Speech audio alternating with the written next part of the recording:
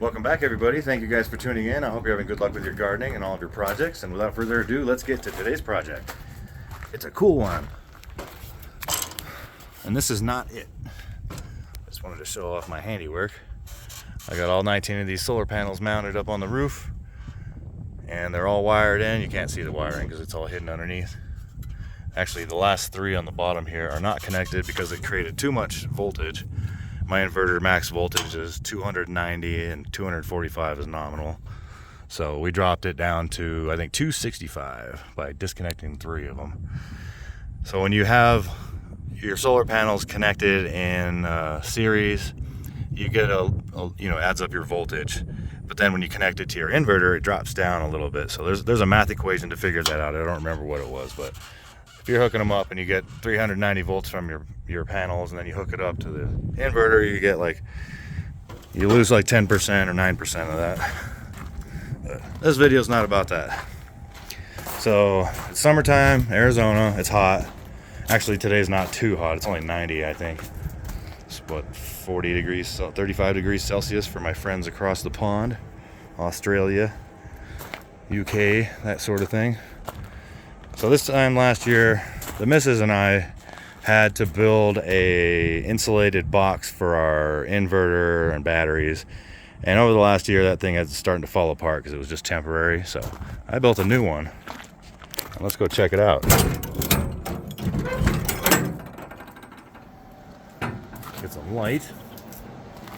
So I built these battery cabinets. Now, I'm not a carpenter. I have no experience building things like this. I know it's building with Todd, and I have built some things out of wood, so don't look too closely. Things are not exactly very good. But this is a cabinet that I built for our whole system. Let's check the temperature in here right now. 116 on the roof. 103 on the door. 100 degrees on the west facing wall. Now let's look in here.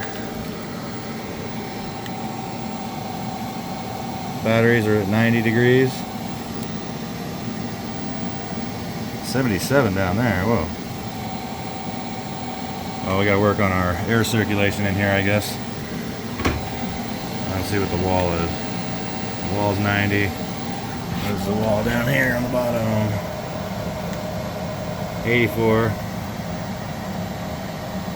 77. So we'll get some circulating fans in here to move the air around.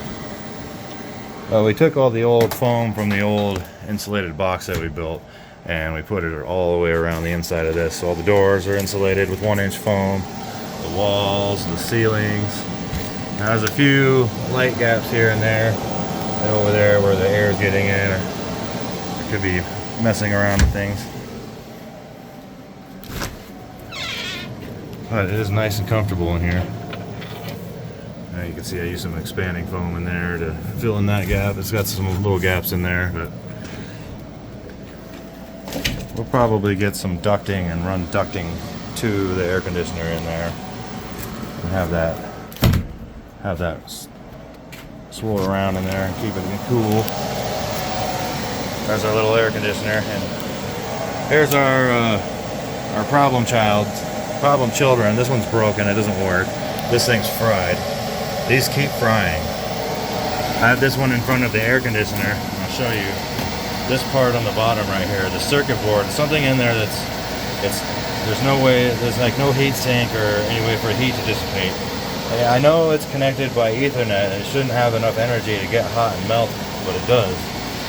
And it melts the circuit board. You can see the case is warped right here. Now, I was measuring 160 degrees on that. Now, SunGold has pretty good customer service, and they've replaced every time one of those things is melted, but I'm getting sick of fixing them. You know, the inverters are only charging the batteries up to like 13-14%. I know the controller says 35 or something, but that's not correct. The battery management system tells me otherwise.